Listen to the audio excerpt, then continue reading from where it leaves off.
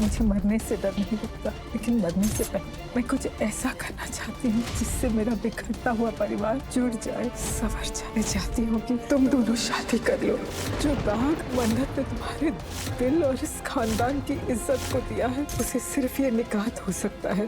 जो तूफान मन्नत तुम्हारी जिंदगी में लाई है, उसका ठहराव सिर्फ इबादत हो सकती है। मेरी इबादत से निकाह कर।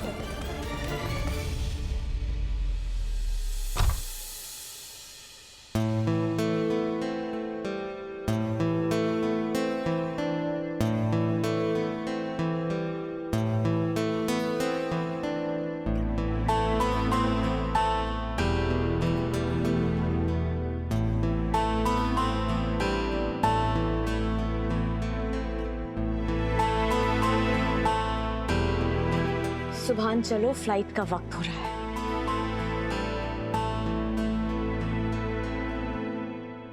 सुभान,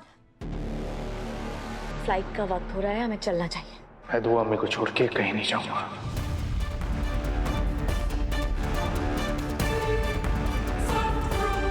खुदा खैर करे, बेड़ा कर कोई से इबादत का। रो रो के आखिर सुभान को रोक लिया इसने। तुम्हारा दिमाग खराब हो गया है? जिन लोगों की वजह से तुम्हारी जिंदगी तबाह हो रही है, उनके लिए रुकना चाहते हो। दुआ अम्मी की तबीयत ठीक नहीं है अम्मी।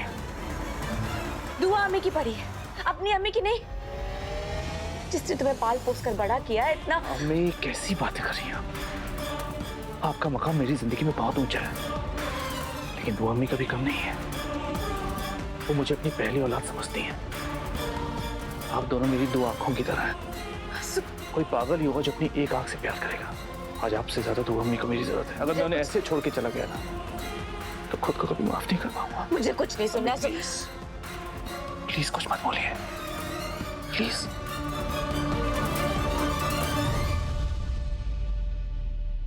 मैंने डिसाइड कर लिया है, मैं यहीं रुकूंगा। अगर आपको जाना तो आप अब्बू और सूफी के साथ जाइए।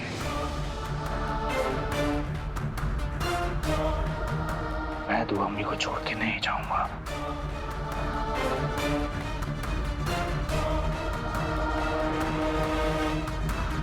ये मत सोचना कि तुम्हारे कहने पे मैं रुक गया। मैं वापस आया तो सिर्फ दुआ अम्मी के लिए, क्योंकि मैं उनसे बहुत मोहब्बत करता हूं।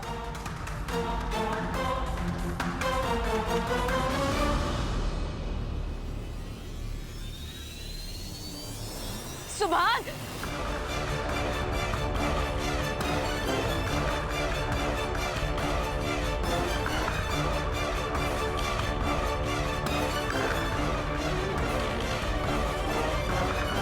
कायनात, जब बच्चे बड़े हो जाते हैं तो वो अपना फैसला खुद लेते हैं। तुम फिक्र मत करो, जब बाजी ठीक हो जाएगी तो सुभान आ जाएगा। अभी चलो, फ्लाइट का वक्त हो गया है। बाहर में जाए फ्लाइट। अगर मैं यहाँ से जाऊंगी ना, तो अपने बेटे को साथ लेकर जाऊंगी। पता नहीं कौन सा जादू टोना कर दिया इन लोगों ने मेरे बेटे पर, कि अपनी माँ की बजाय मेरा सुभान इन सब की फिक्र करता है। तुम्हारी दुआ और उसकी बेटियां मेरे सुभान को तबाह करके मानेंगी। लेकिन हफीज साहब, मैं ऐसा नहीं होने दूंगी। आज नहीं तो कल मुझे यहाँ से जाना है, लेकिन याद रखिएगा कि मैं अपने बेटे को साथ लेकर जाऊंगी।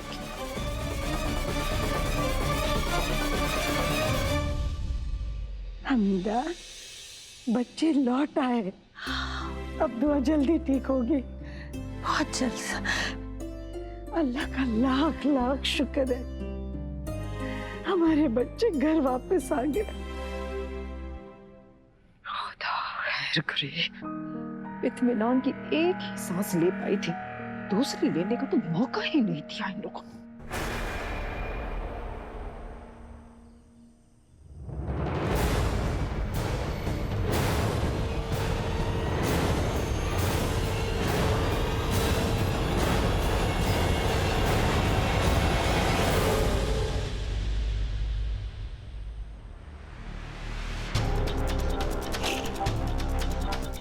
ऐसा क्यों लग रहा था कि कोई मुझे फॉलो कर रहा है? देखना पड़ेगा।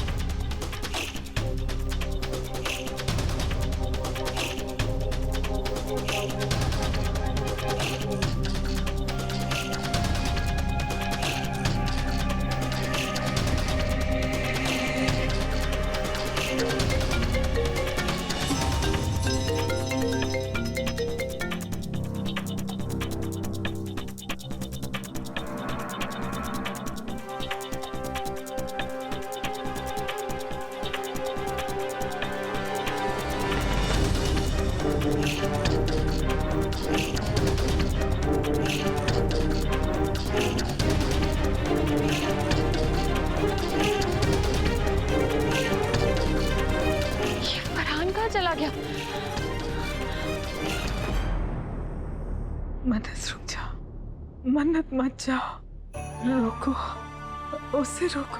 मम्मी, मन्नत, मम्मी सब ठीक है, जी शांत हो जाओ मम्मी। रुको मन्नत। लगता है मन्नत ने जो किया उससे इनको बहुत सदमा लगा है। बेहोशी में उसी का नाम ले रही है। हैदर नहीं, हैदर उसे ले आओ। तू अम्मी, मन्नत को रोको। तू अम्मी, सुभान, अच्छा हुआ तुम अपनी अम्मी को छोड़कर नहीं गए। मैं मन्नत को वापस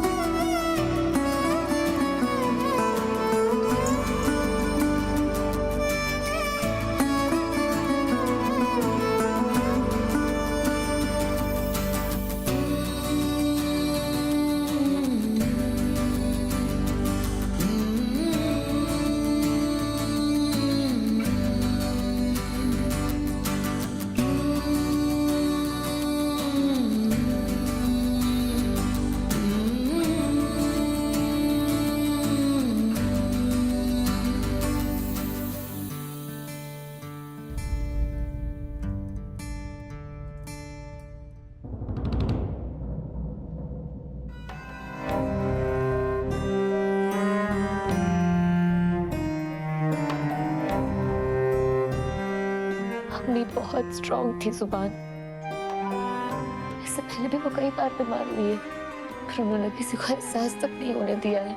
आज देखो ना कितनी कमजोर लग रही है मेरी अम्मी। मैं अम्मी को ऐसे नहीं देख सकती जुबान। तुमने सुना ना डॉक्टर ने क्या कहा? अम्मी को कोई सदमा बर्दाश्त नहीं कर पाएगी। अगर अम्मी को कुछ हो गया ना जुबान तो मैं मर जाऊंगी। इसकी जिम्मेदार भी तुम ही हो। ये जो कुछ भी हो रहा ना इस घर में, तू अम्मी के साथ, मेरे साथ, इस घर के साथ, तुम्हारी वजह से। अगर तुमने मन्नत और फरहान का सच मुझे बता दिया होता तो ऐसा होता ही नहीं।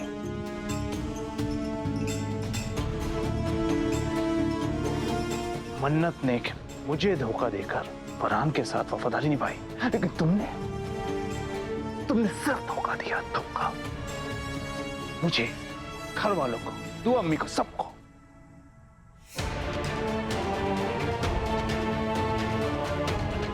कितना भरोसा करता था मैं तुम पर, कितना प्राउड था मुझे हमारी दोस्ती पर। तुमने सब खत्म कर दिया। अगर तुम सच बता देती ना तो कुछ ऐसा नहीं होता। ये नहीं होता। तुम्हारे एक झूठ की वजह से तू अम्मी की उम्मीदें बढ़ी, मेरी उम्मीदें बढ़ी। वो मन्नत पे भरोसा करने लगी, मैं मन्नत पे भरोसा करने लगा तुम्हारी वजह से। एक बात याद रखना इबादत, अगर तू अम्मी को कुछ भी हो गया ना तो उसकी जिम्मेदार भी तुम ही होगी।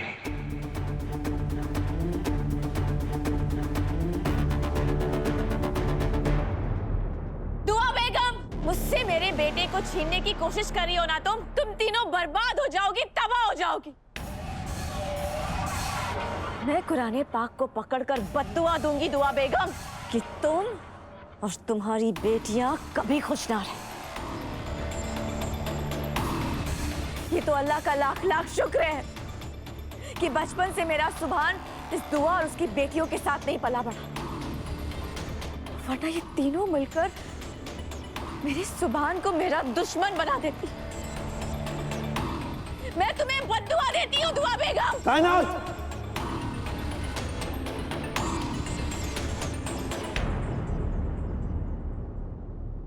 तुम में कितना जहर भरा हुआ है, कहां से आया ये? तुम पहले तो ऐसे नहीं थी।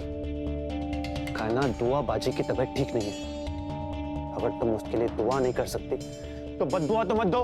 वाह, किसी ने बिल्कुल ठीक कहा है कि बीवी चाहे कितनी भी अच्छी क्यों ना हो, लेकिन माँ और बहन के सामने पैरों की जूती हो। तो अपनी इस जुबान को लगाम दो। और आप अपने दिल को लगाम दीजिए। कम वक्त सिर्फ और सिर्फ अपनी बहन के बारे में सोचता है। बीवी चाहे जाए भाड़ में। अम्मी प्लीज, आप अब्बू से किस वे में बात कर रही हैं?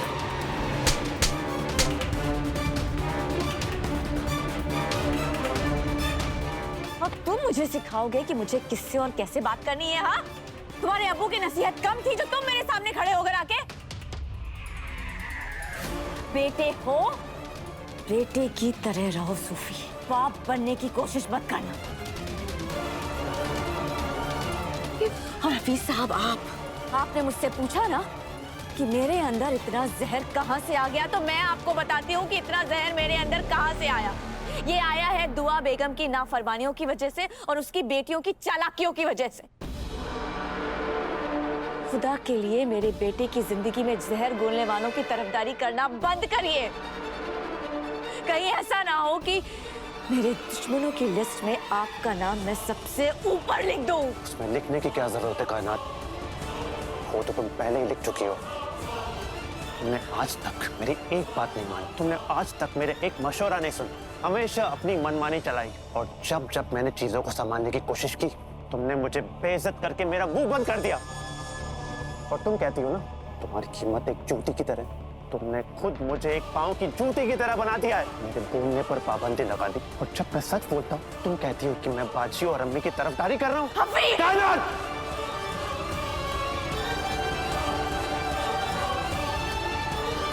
तुम्हारी बातों से मैं बेजार हो चुका हूँ। कायनात, बाजी की तबीयत खराब है, बस मेरा और दिमाग मत खराब करो कायनात तुम। हफीज, खुदा के लिए बंद करो ये बहसबाजी। जरा दुआ की तबीयत का तो लिहाज करो।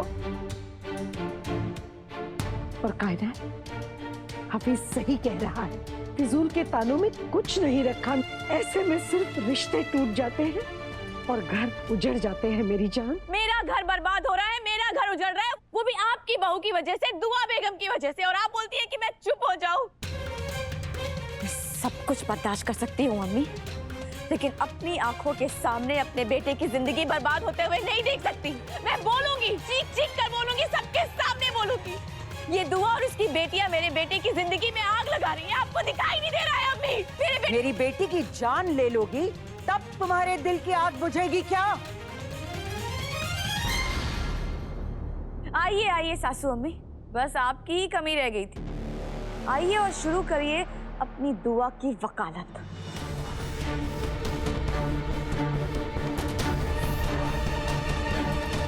मुझे दुआ की वकालत करने की कोई जरूरत नहीं है, क्योंकि उसकी तरफ से बोलने वाले 10 लोग खड़े हो जाएंगे।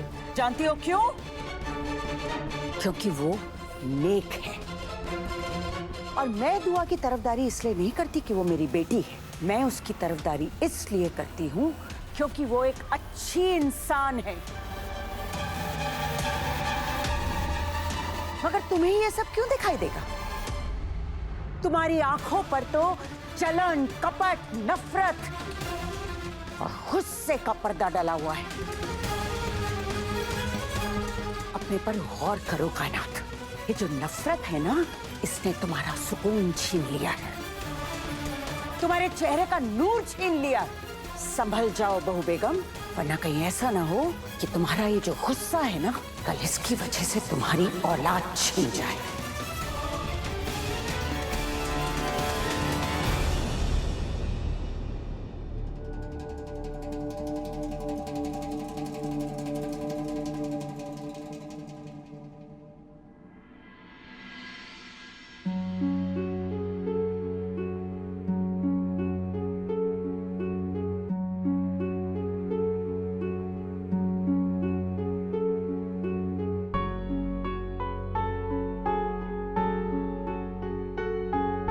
तुम्हारी नफरत से मुझे मायूसी जरूर हुई, पर कोई हैरत नहीं हुई। मैं जिसे भी पूरे दिल से चाहा, हमसे ज्यादा नफरत मिली है या गुस्सा।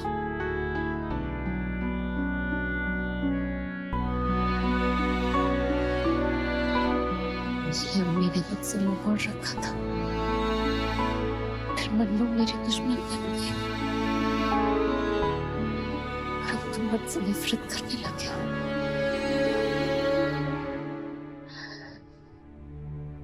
मैं खुदा से यही दुआ करूंगी, जिस तरह अम्मी की नफरत मोहब्बत में बदल गई, उस तरह तुम्हारी नफरत भी फिर से दोस्ती में बदल जाए। मैं सबका गुस्सा बर्दाश्त कर सकती हूँ, तुम्हारी नफरत से नहीं पाऊंगी सुबह। तुम्हारी नफरत को दोस्ती में बदल के रहूंगी।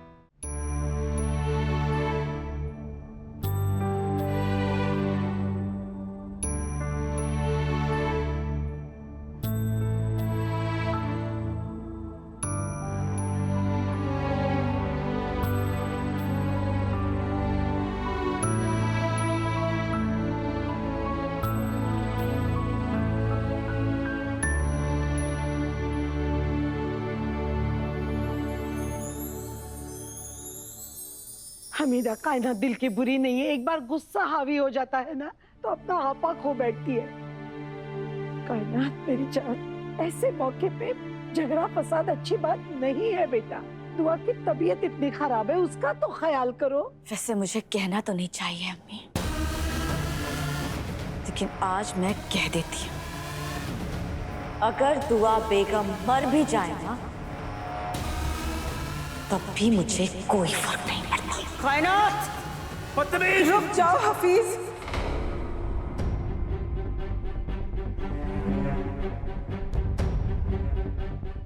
बाजी,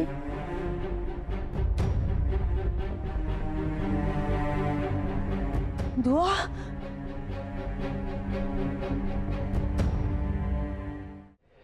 तुम क्यों आई? डॉक्टर ने आराम करने के लिए कहा था। आजा, बैठ यहाँ पर, बैठ। ठीक हूँ अम्मी, एक बैठ सेकंड। तो जा। कायनात, मैं जानती हूँ कायनात, मेरे मरने से तुम्हें कोई फर्क नहीं पड़ता, लेकिन मुझे फर्क पड़ता है। इसीलिए नहीं कि मैं मौत से डरती हूँ, बल्कि इसलिए क्योंकि मैं अपने मरने से पहले कुछ ऐसा करना चाहती हूँ जिससे मेरा बिखरता हुआ खानदान संवर जाए। बाजी, हम जानती हैं कायनात सिर्फ और सिर्फ बकवास करती है। बाजी, आपकी तबीयत ठीक नहीं, चलिए चलिए आराम कीजिए, चलिए। तुम सब वापस आ गए ना हफीज? मैं ठीक हो गई। बाजी,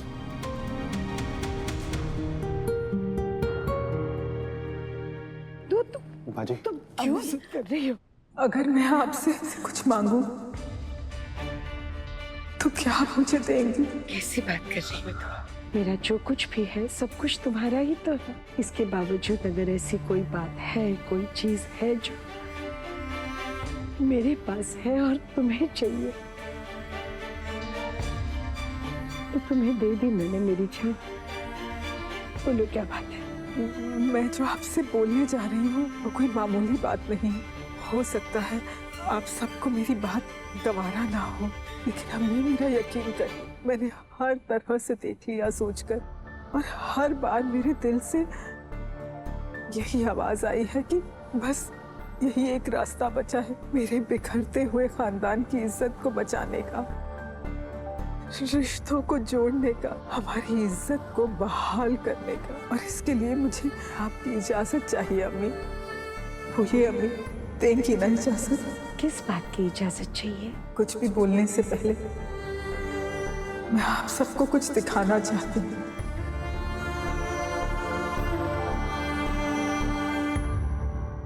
आप आइए मेरे साथ, आइए।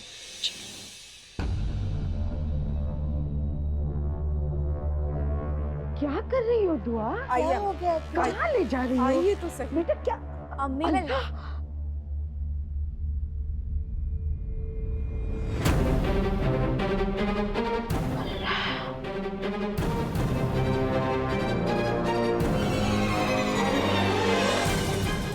ये बेगैरत बेशरम लड़की मेरे बेटे को इस तरह फंसा रही है। खुदा इससे गारत करे, मैं इसकी जान ले लूंगी।